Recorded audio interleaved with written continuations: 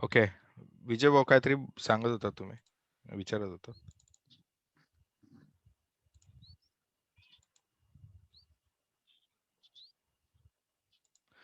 हा, एक मिनिट. हा, विजय भाऊ नाही म्हणते.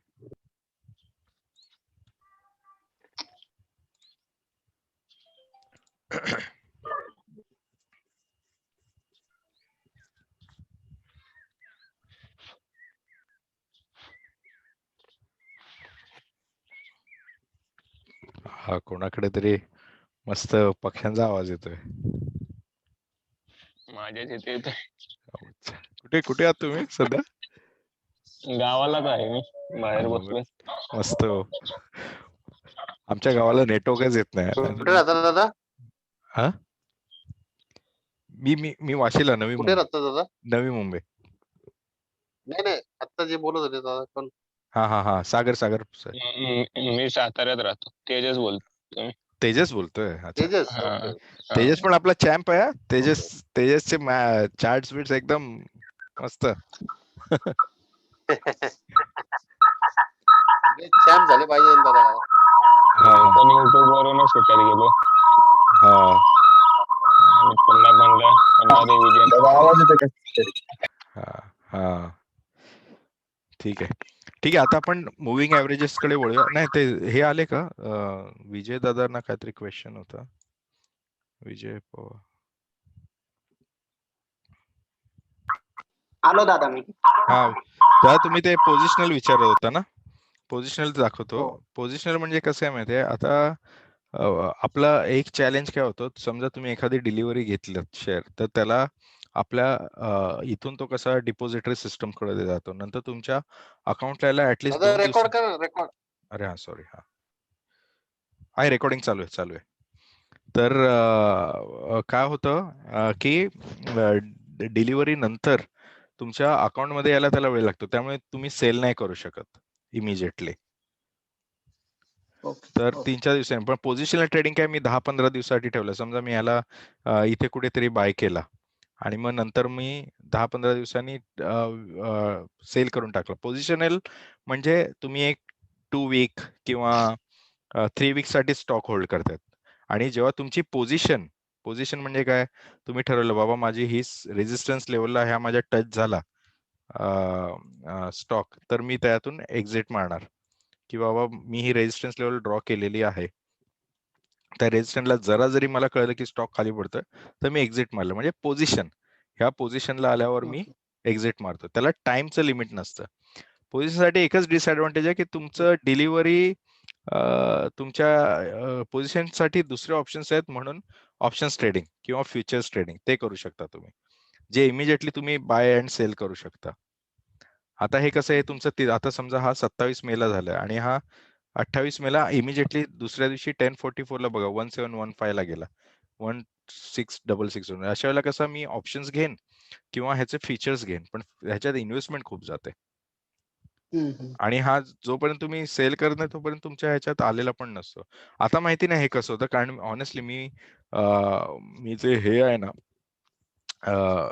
मी जर असं शॉर्ट टर्म करायचं तर मी इंट्राडे किंवा ऑप्शन्सच करतो, आणि लॉंग टर्म करायचं असेल तर माझं पूर्ण एक तो पोर्टफोलिओच वेगळा आहे. मग मी ते साधारणपणे 1 वर्ष किंवा जे हाय मोड स्टॉक आहेत तेच बघतो. मग मी जसं डीमार्ट वगैरे. मी जेरोदा मध्ये करतो. मी सेम डे ला स्टॉक घेतो आणि सेम डे ला विकतो. त्यात येतं डेरिव्हेटिव्हजला? नॉट डेरिव्हेटिव्ह, नॉर्मल इक्विटी आपलं. अच्छा, इक्विटी. तसं करतं ना, ते पण बेस्ट आहे ना. नाही, तुम्ही मगाशी म्हटले की ते डिलिव्हरी मध्ये आपल्या बकेट मध्येच येत नाही, तर मग आपण विकणार कसं? मग त्याच्यामुळे मला कन्फ्युजन झालं की डिलिव्हरी वेगळं आहे का काही? नाही, डिलिव्हरी कसं आहे, आता तुम्ही ते इंट्राडे साठी घेता की लॉंग टर्म साठी? कॅरी ओव्हर घेता? लॉंग टर्म साठी. जसं की मला वाटलं की आज सकाळी मी घेतलं आणि मला 500 रुपये फायदा होतो, मी संध्याकाळी लगेच विकून देतो अच्छा, मग त्याला. तुम्ही पोझिशन मध्ये जाऊन सेल करता का? पोझिशन मध्येच, तिथल्या हा ऑर्डर मध्ये लगेच त्याला ऍक्टिव्हेट करून लगेच सेल करून देतो. हा, म्हणजे तुमचा तो डिपॉझिटरी मध्ये जायच्या आतच तुम्ही हे करता. नाही, हे मी कधी ट्राय नाही केलंय ऑनेस्टली. हे मी पण ट्राय मारू शकतो, कारण मी मोस्टली ना इंट्राडेच करतो. इंट्राडे मध्ये ऍडव्हान्टेज काय मिळतं तुम्हाला, लिव्हरेज मिळतो. आणि समजा आता हाच स्टॉक बघा ना, समजा मी 241 ला घेतला 27 मे ला आणि किंवा मला इथे एखादा डेचा दाखवतो तुम्हाला. हा बघा 27 मे ला मी 928 ला घेतला किती 1669 आणि 1697 म्हणजे ऑलमोस्ट 13 पॉईंट मिळाले. आणि जर मी 1000 क्वांटिटी घेतली तर मला 10 to 13,000 किंवा 500 क्वांटिटी घेतली तर 6,000 इमिजिएटली मिळतात. त्यामुळे मग मी मग हे करू. पण मी काय करतो ते जे प्रॉफिट आहे ते मी म्युच्युअल फंड्स मध्ये टाकतो लगेच. त्याचं 50%. म्हणजे माझं लालच बुरी बला नाही तर तसं नाही करायचं. 50% त्यातले असे साईडला करून माझे म्युच्युअल फंड आहे त्यात टाकतो. कारण नंतर ते जे त्याचे जे 10-12% किंवा 15% रिटर्न्स येतील ऑन अन ऍव्हरेज ते मला पुढे सेफ आहे ना. तुमचं असं डायव्हर्सिफिकेशन पाहिजे. आणि जे 50% आलेत समजा 6.5 म्हणले 3.5 ऍव्हरेज पकडा राऊंड फिगर, ते परत मग रिइन्व्हेस्ट असं करत जायचं. ठीक आहे. ते आता करणार आपण दादा मी ऑप्शनल वगैरे तुमचं आता सर्व ट्रेनिंग सेशन कम्प्लीट झाले का त्याच्यानंतर मी उतरणार आहे मग आता त्याच्यामध्ये हा ऑप्शनल हा मध्ये. आता अजून आपलं एंट्री आणि एक्झिटचा सेशन होऊन दे. त्यानंतर बरं. तुम्ही हे करू शकता. एंट्री आणि एक्झिट हो. सेशन आपला मेन आहे. Right. हे तर डिसिजन सिग्नल झाले. पण कुठे आहे गाडीचा ऍक्सिलेटर दाबायचा आहे, that is a next session. May be अजून 2 सेशन नंतर घेऊ आपण तो. ठीक आहे. आता हे झाले सगळे हे ना आपले सगळे लॅगिंग इंडिकेटर्स आहेत. लॅगिंग म्हणजे आपल्याला थोड्या वेळाने सिग्नल्स देतात की आपल्याला डिसिजन मेकिंग होईल. आता आपण नेक्स्ट हे बघूया मूव्हिंग ऍव्हरेजेस. मूव्हिंग ऍव्हरेजेस काय आहे तर कुठलाही स्टॉक हा एका पिरियड साठी रिफ्रेश होतोय. एका पिरियड साठी अप अँड प्राइस रेंज मध्ये फिरत असतो. कुठलाही स्टॉक जो आहे तो एका प्राइस रेंज मध्ये फिरत असतो. आता तुम्हाला जेव्हा डिसिजन मेकिंग घ्यायचे, एक थंब रूल काय माहितीये. हा तुम्हाला पहिला EMA सांगतो. एक्सपोनेन्शियल मूव्हिंग ऍव्हरेज हा ना 2 टाईपचे मूव्हिंग ऍव्हरेज असतात. एक स्टँडर्ड SMA आणि EMA. आणि मूव्हिंग ऍव्हरेज एक्सेप्शनल असतो ना तो फास्ट असतो स्टँडर्ड पेक्षा. आता समजा हा मी मूव्हिंग ऍव्हरेज एक्सेप्शनल घेतला. याच्यात हा इथे तुम्हाला हे दिसतंय. इथे सेटिंग्स वर गेलात तर इथे तो लेंथ विचारतो लेंथ. तर हा जो 20 डेज मूव्हिंग ऍव्हरेज आहे ना तो घ्यायचा. 20 डेजचाच पहिलं तुम्हाला सिग्निफिकन्स सांगतो काय आहे.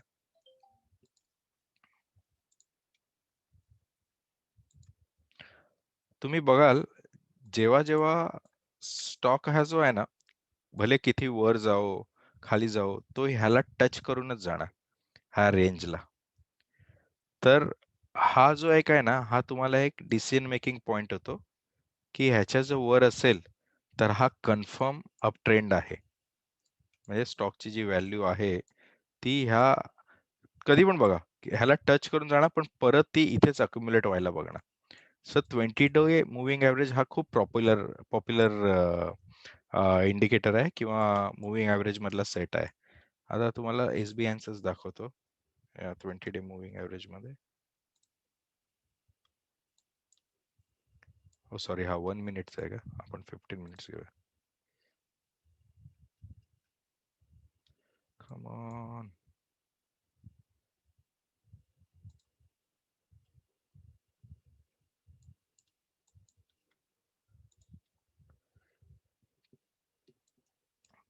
हे बघा आता ह्याच्यात मुवमेंट बघा SBIच्या स्टॉक मध्ये. हा तुम्ही अजून एक सिग्नल म्हणून वापरू शकता. कधी पण ह्याच्या एक ह्याला जरा जाड करतो मी म्हणजे दिसेल. स्टाईल लाईनच आहे लाईनचं एक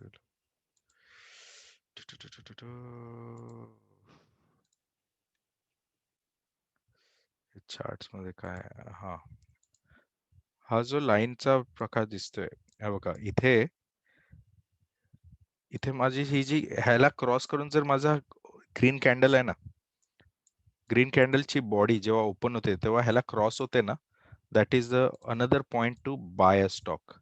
समजा तुम्ही इथे एखादा स्टॉक बाय केलात आणि तर ह्याचा जो स्टॉप लॉस आहे तो ह्याच्या नंतरची जी इमिजिएटली रेड कॅन्डल आहे तिचा लो ठेवायचा आणि इथे तुम्ही बाय करू शकता हा स्टॉक. आणि बघा इथेच उदाहरण बघा आणि हे व्हेरी शॉर्ट टर्म साठी असतं. इथे तुम्ही बाय केलात 41147 एक्झिट 6 पॉईंटचे मारून एक्झिट. हे इंट्राडेचं सांगतोय मी. हेच तुम्ही लॉंग टर्मला 1 आवरला करू शकता. आणि आता 1 आवर साठी बघा.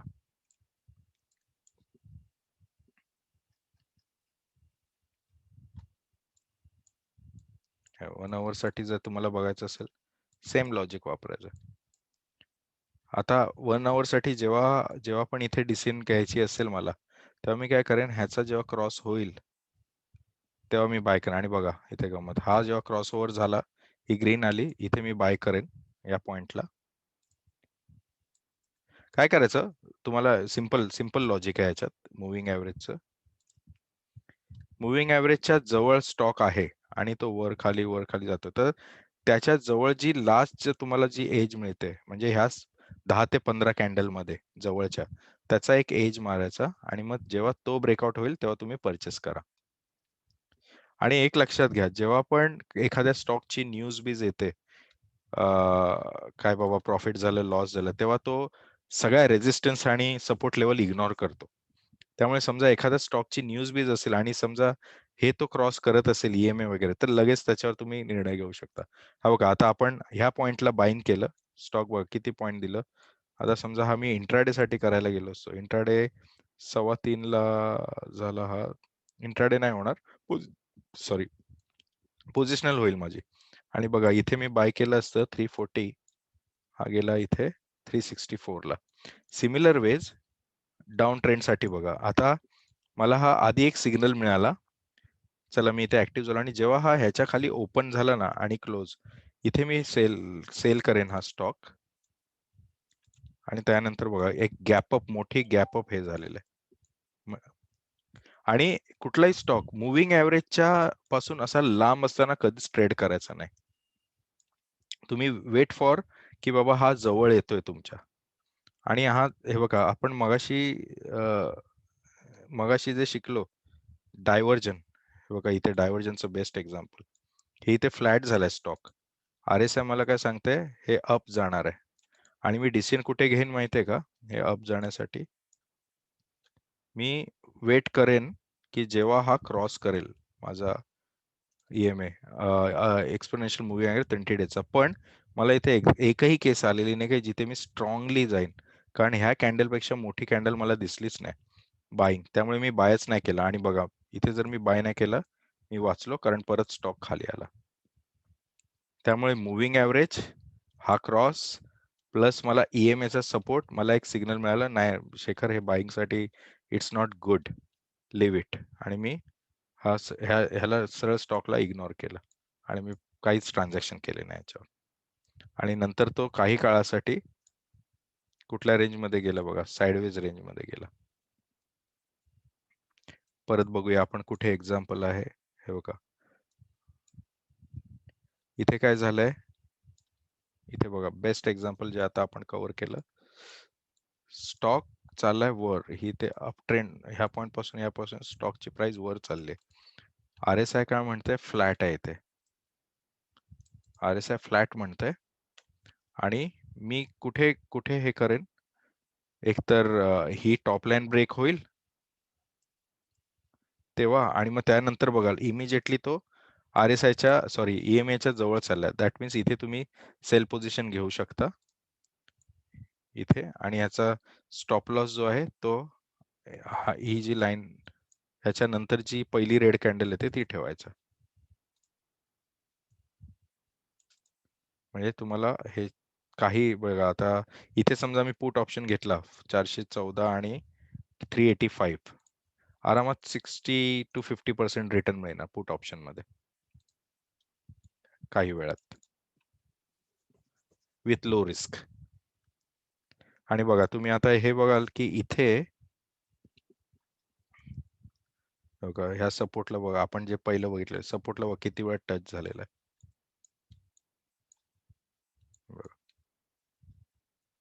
हे झालं EMAचं एक्सपोनेन्शियल मुव्हिंग ॲव्हरेज. आणि इथे बघा, इथे तर स्ट्रॉंग एकदम एक्झाम्पल आहे.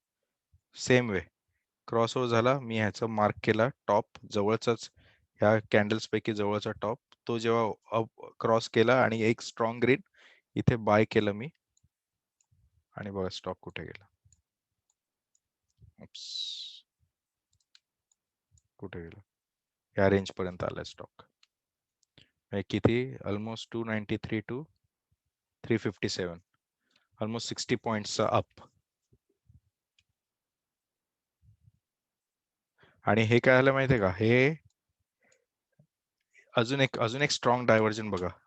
RSI डायव्हर्जनने आपल्याला आधीच दिलं, म्हणजे आपण परचेस कुठे करू? इथेच करू. जेव्हा हा कन्सोलिडेशन झाला ना, हा असा येऊन असा कर्व आला, तिथे मी बघितलं RSI डायव्हर्जन. आपला रूल काय? RSI डायव्हर्जनला नाही, शेवटी बघा इथेच आहे.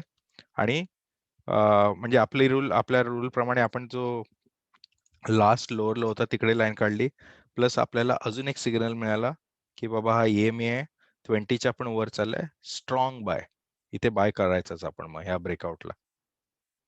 आणि व्हॉल्यूम पण बघा, अजून एक आपली कंडिशन, व्हॉल्यूम्स पण वाढत चालले इथे. कळलं? ओके. हा बोला बोला, सॉरी. हॅलो. हा. तर आणि शक्यतो प्रयत्न हा करा की तुम्ही कुठलेही ट्रान्झॅक्शन घ्याल ना, जेव्हा तो ह्याच्यात जवळ असेल ना, तेव्हा शक्यतो ट्रान्झॅक्शनचा रेट घ्या. आणि किंवा एखादी तुमची लेवल ब्रेकआउट होत असेल. आता आपण अजून एक दाखवतो एक्झाम्पल तुम्हाला, म्हणजे तुम्हाला स्ट्रॉंग हे होईल.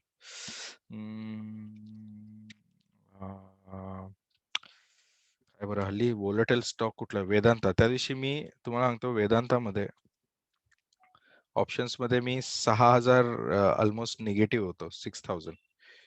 पण मी माझ्या चार्टचं हे होतं, मला माहिती होतं की हा वर येईल. नेक्स्ट डेला माझं अराउंड 3500 प्लस मध्ये आलो, मी एक्झिट मारली. पण मी तो 6500 जेव्हा लॉस होता तेव्हा माझा स्टॉप लॉस हिटच नव्हता झाला. त्यामुळे जरी तो रिटर्न गेलेला ड्रॉपला, तरी त्याने ते माझं कव्हर केलेलं. आता आपण वेदांताचं तुम्हाला एक एक्झाम्पल सांगतो, दाखवतो. 1 आपण 15 मिनिट्स घेऊया.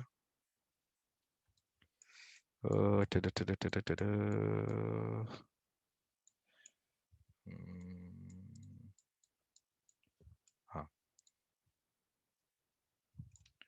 हो का, इथे बघूया आपण वेदांताचं काय चालू होतं बघा.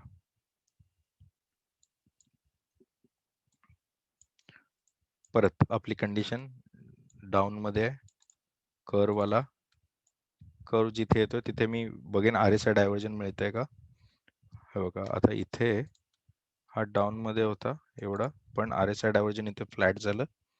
पहिली condition, RSI is in oversold range, yes. Second, is RSI breaking the levels of 20 or 30, yes. Is it near, मग आलं आपला लाईन ड्रॉ केला आणि काय केलं मी, लोअर लो जो होता तो ड्रॉ केला. इथे ब्रेकआउट झाला, पण परत मी कॅन्डल सुरू जातो. ओके,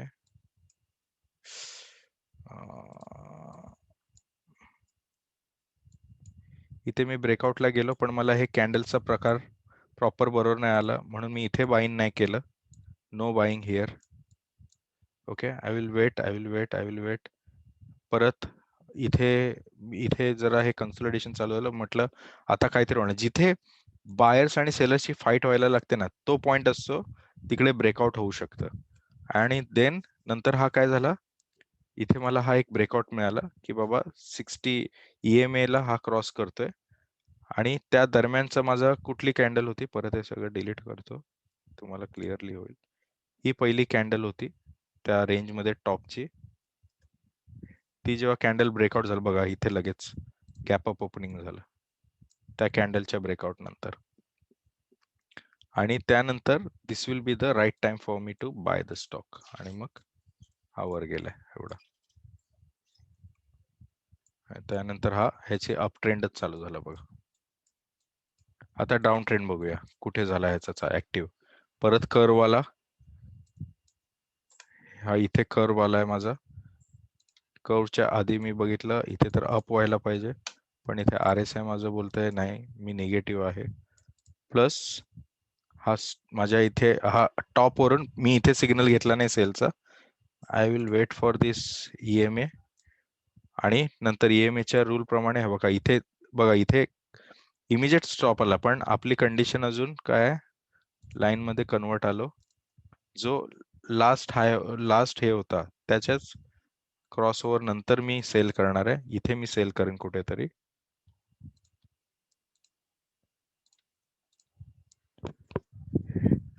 हो का, इथे मला एक स्ट्रॉंग बॉडी जी आहे,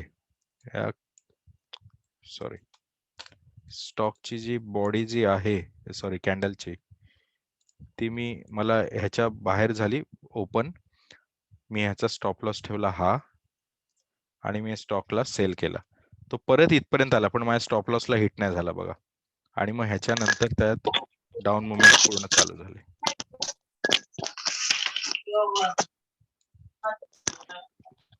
आता एक ह्याच्यानंतर येतं EMA क्रॉस. मी जरा म्यूट टाकतो सगळ्यांना, बॅकग्राऊंड व्हॉइस येतो. ह्याच्यानंतर एक येतं EMA क्रॉस EMA. ते पण सिग्नल असतं. आपली किती मिनिटं बाकी आहेत अजून. क्रॉस EMA जे असतं त्याचं एक गणित आहे, तुम्हाला सांगतो. तुम्हाला जेव्हा शॉर्ट टर्म घ्यायचं असतील, शॉर्ट टर्म, अनोटेड क्लिअर कसं होतं हे, डिलीट, हा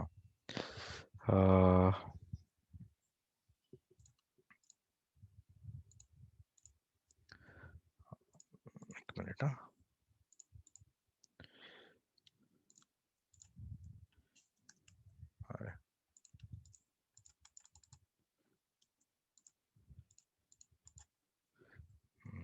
EMAचं तुम्हाला गणित दाखवतो. EMA cross overs, intraday short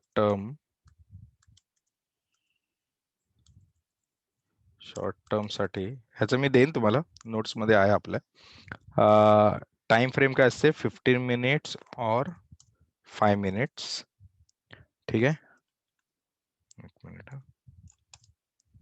paragraph 15 minutes 5 minute. आणि EMA जो असतो, EMA सेट, तो असतो 5 आणि 10. ठीक आहे. त्यानंतर असतं पोझिशनल. त्यात असतं माझं 1 आवर और 1 डे. आणि सॉरी 1 डेला. आणि ह्या ज्या हायर टाइम फ्रेम असतात ना, त्याच्यावर आपल्याला ट्रेंड लाईन्स ड्रॉ करायच्या आहेत. तसं पोझिशनल मध्ये 1 आवर आणि 1 डे मध्ये मला 1 डे मध्ये ट्रेंड लाईन्स ड्रॉ करून घ्यायच्यात आणि नंतर मग डिसिजन मेकिंग घ्यायचं. आणि मग ह्याच्यात हे जे कॉम्बिनेशन असतं ते असते 7 आणि 21. आता हे तुम्हाला समजतो काय आहे, ह्याच्या मी नोट्स देईन कुठल्या टाइम फ्रेमला काय करायचं. हे आपण आता क्विकली एक बघूया एक्झाम्पल. ह्याच्यात पण तुम्हाला बाय अँड सिग्नल येऊ शकतं. मी आता सगळं डिलीट करतो. इंडिकेटर्स मध्ये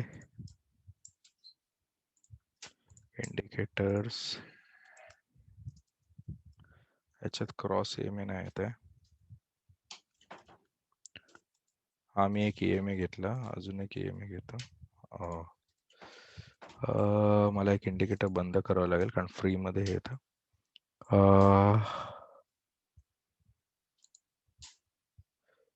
EMA वॉल्यूम, ओके. हो का, आता हे जे EMA आहे त्याच्यात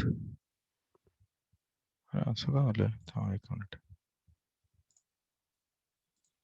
इंडिकेटर्स, एक्सप्लेनेशन, मुव्हिंग ॲव्हरेज घ्यायचं, मुव्हिंग ॲव्हरेज एक्सपोनेन्शियल. मी अजून एक घेतो. आता समजा मला एक लॉंग टर्म साठी एखादा बघायचं आहे, तर मी पहिला मुव्हिंग ॲव्हरेज जो घेईल तो घेईन मी समजा 7.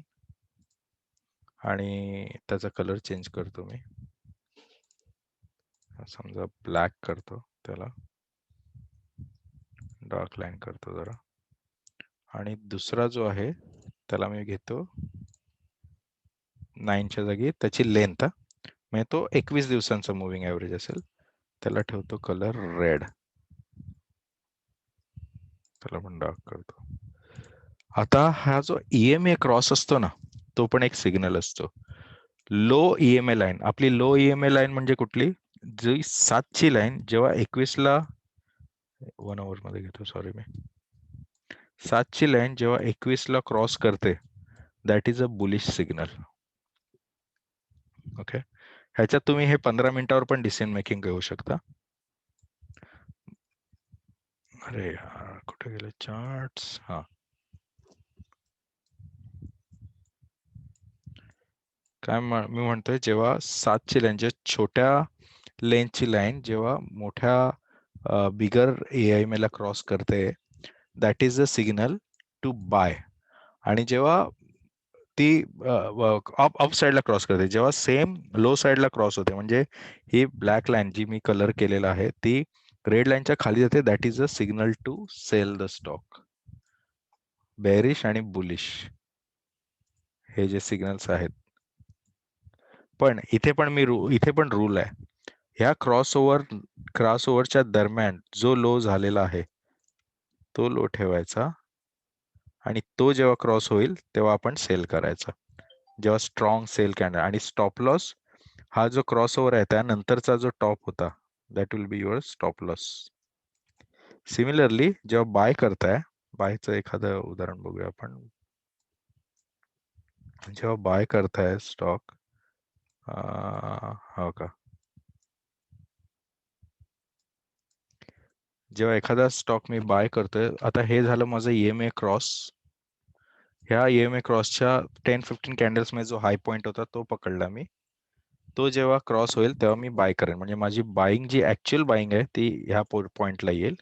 आणि माझा जो स्टॉप लॉस आहे तो ह्याच्यातली जी रेड कॅन्डल होती ह्याच्या क्रॉस ओव्हरच्या जवळ, किंवा ही, जर तुम्हाला एकदम सेफ खेळायचं आहे तर तुम्ही हा स्टॉप लॉस ठेवू शकता, आणि थोडा ॲग्रेसिव्ह ट्रेड करायचं तर तुम्ही हा स्टॉप लॉस ठेवू शकता.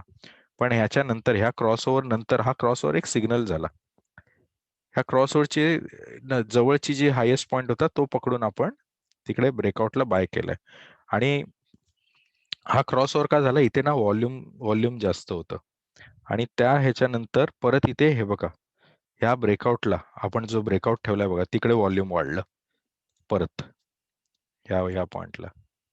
म्हणजे हा सिग्नल की तुम्हाला हा स्टॉक वरच जाणार आहे, आणि this is the signal to buy your stock. हो का, मी शक्यतो काय करतो, मी हे 5 आणि 10 घेतो इंट्राडे साठी. तुम्हाला इंट्राडेला कसं असतं, क्विक हे असतात, क्विक डिसिजन मेकिंग. हे 5 झालं, हे मी 10 ठेवणार, आणि ह्याच्यावर तुम्ही ना अल्गो ट्रेडिंग करू शकता नंतर. हा बघा, मला प्री सिग्नल मिळाला, जास्त काही फरक नाही पण सेमच सिग्नल मिळतो. मग मी समजा ॲग्रेसिव्ह ट्रेड करायचं ना मला, मी इथे लगेच बाय करेन, मला एकदम शॉर्ट टर्म साठी करायचं, इथे बाय केला, हा स्टॉप लॉस ठेवला, आणि मग नंतर मी बघत गेलो, जे रिस्क टू रिवॉर्ड आपण शिकू त्याप्रमाणे मग मला जसं प्रॉफिट घेत गेला, इथे इथपर्यंत मी ओके होतो. जेव्हा इथे हा सेल आला, देअर आय कॅन एक्झिट और आय कॅन एक्झिट हिअर, की बाबा मला इथे प्रॉफिट मिळालं ना, बस झालं, मी माझा एक्झिट मारतो. इथे मला एक बुलिश कॅन्डल आली, म्हणजे माझा स्टॉक खाली पडू शकतो, इथे मी माझं प्रॉफिट घेऊन एक्झिट. सिमिलर वेला आपण दुसरीकडे बघू, कुठे होते दुसरा स्टॉक घेऊया, चला SBIN घेऊया, SBIN. आणि तुम्हाला लॉंग टर्म स्टॉकची सांगतो, तुम्हाला जर म्हणजे सर्वात सोपा हे हवा असेल ना, तर EMEचा एक तुम्ही लॉंग टर्म साठी बघू शकता, क्रॉसओव्हर्स, EMA क्रॉसओव्हर्स.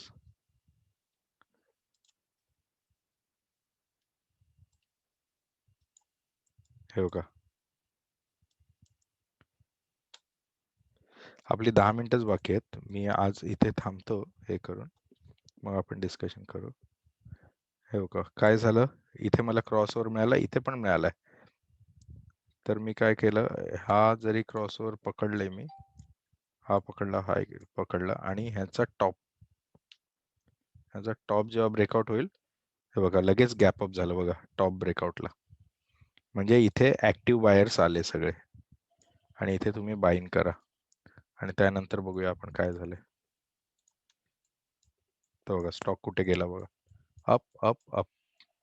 आणि जोपर्यंत ह्या दोघांमध्ये हेल्दी गॅप आहे ना, असा गॅप आहे तोपर्यंत you are okay to hold the stock.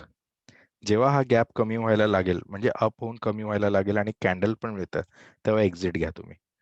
म्हणजे तुमचं प्रॉफिट जास्त होईल. म्हणजे हा जो गॅप बघा इथे कमी झाला, रेड कॅन्डल पण आली,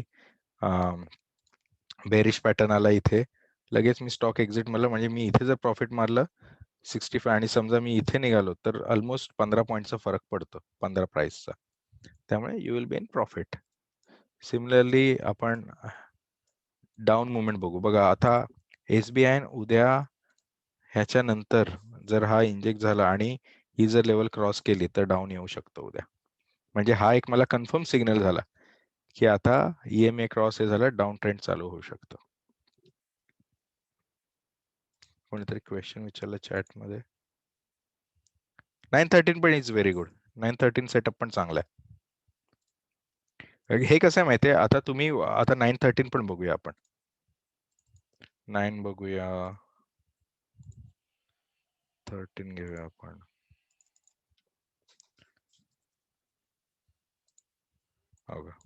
सॉरी, 913 सेटअप पण खूप तुम्हाला पॉझिटिव्ह सिग्नल्स देऊ शकतो. हे बघा आता इथे काय होतं माहितीये, आपण हे शिकलेलो आहोत. हा साईड ट्रेंड झाला. साईड ट्रेंड मध्ये काय करायचं माहितीये, शक्यतो जर तुम्हाला साईडवेज ट्रेंड असेल ना, तर इथे बाईंग करू नका. इथे तुम्हाला भरपूर फॉल्स सिग्नल येतील. Wait for this breakout.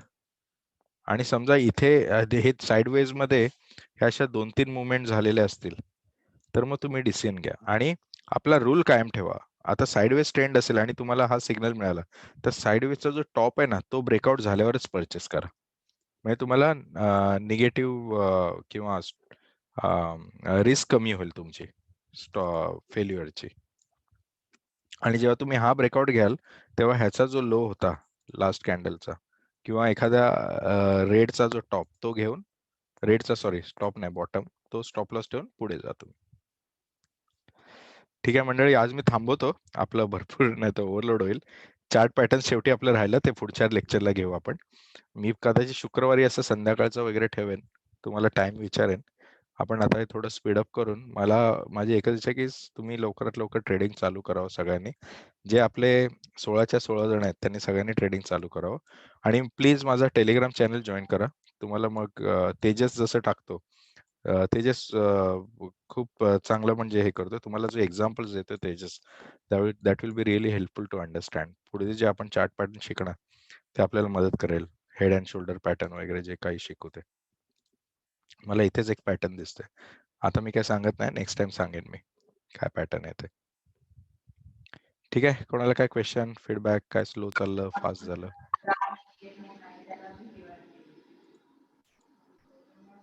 Hello दादा, ते टेलिग्राम चॅनलवर फक्त आपले ग्रुप आहे की बाकीचे पण ऍड आहे कोणी?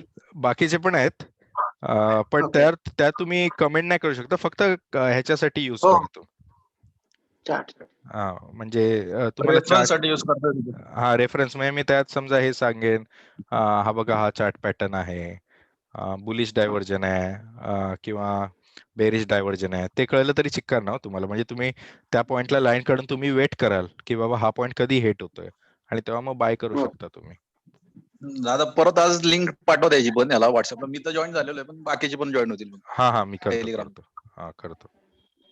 आणि नंतर एकदा तुमचं सगळ्यांचं झालं ना, मी आता माझं जून एंड पासून माझं पेडचं चालू होतंय परत, कारण आता ऑफलाईन तर मुश्किलच आहे क्लासेस. तर मग मी हो. त्याचा एक वेगळा ग्रुप बनवणार, त्यात तुम्हाला मग टाकेन.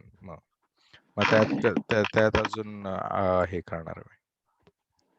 तुमचे त्याचे मग मित्र, तुम्ही हा ऑप्शनचे पण देणार का तुम्ही कॉल? हा मी म्हणजे सांगेन ना, हा ऑप्शन बाय करू शकता तुम्ही, हो, किंवा हो. हा ऑप्शन बघा.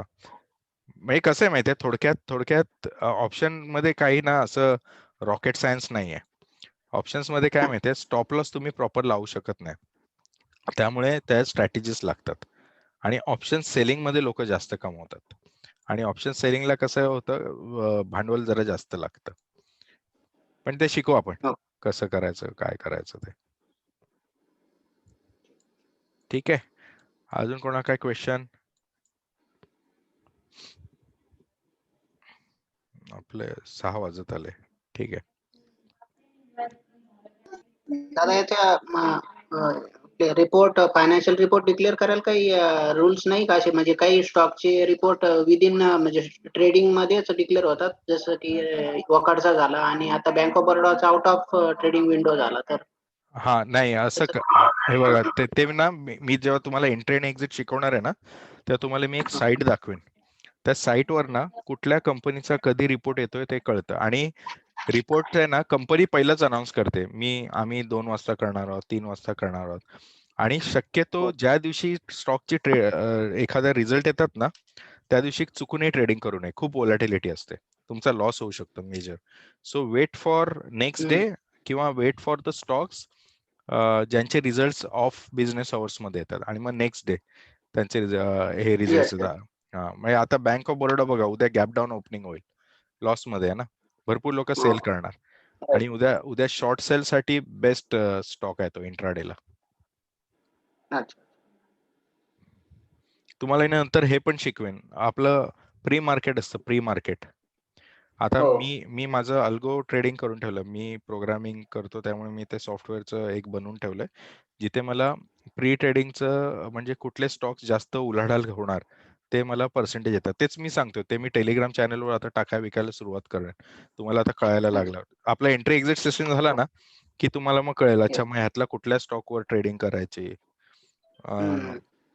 आणि माझ्या त्या प्रोग्राम्स मला हे कळतं की ते जे आपण म्हणतोय ना कर्व कुठे आलाय, ते तुम्ही आता म्हणाल की मी कुठे प्रत्येक स्टॉकला शोधत बसू का, तर ते पण मला सिग्नल्स मिळतात. मला कळतं की हा आता इथे आलेला आहे, हा जो स्टॉक आहे तो इथे हा कर्वला आलेला आहे, ते मला कळतं माझ्या त्या प्रोग्राम्स म्हणून. ते झिरोदाचं मी यूज करतो, एपीआय त्याचे असतात, त्याच्यावर मग आम्ही प्रोग्रामिंग करतो. ते झिरोदा त्याच्या महिन्याला 2000 चार्ज करते, पण मला हे प्री सिग्नल मिळतात त्यामुळे. नाहीतर मी चार्ट जर समजा, आणि मी 500 निफ्टी 500 किंवा निफ्टी 100 नाही, मी फक्त जे निफ्टीचे जे स्टॉक आहेत जे फ्युचर्स मध्ये आहेत त्याच्यावरच ट्रेडिंग करतो, कारण फ्युचर स्टॉक मध्ये जास्त उलाढाल होते, जास्त व्होलॅटिलिटी असते. आणि मी ते स्मॉल कॅप वगैरे बघतच नाही, मी ते जे अननोन कंपन्या आहेत त्यात जायचंच नाही, रिस्कच नाही घ्यायची. प्रत्येक म्हणजे हे Warren Buffett development investment style आहे, don't go to companies which you don't no.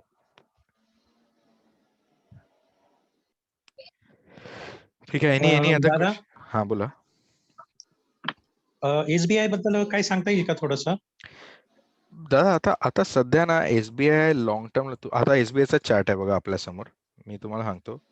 SBI ना टॉपला आहे सध्या 422, म्हणजे त्याची हो. मी समजा ह्याची 1 डे ची रेंज बघितली तर हा एकदम टॉपला आहे आता सध्या.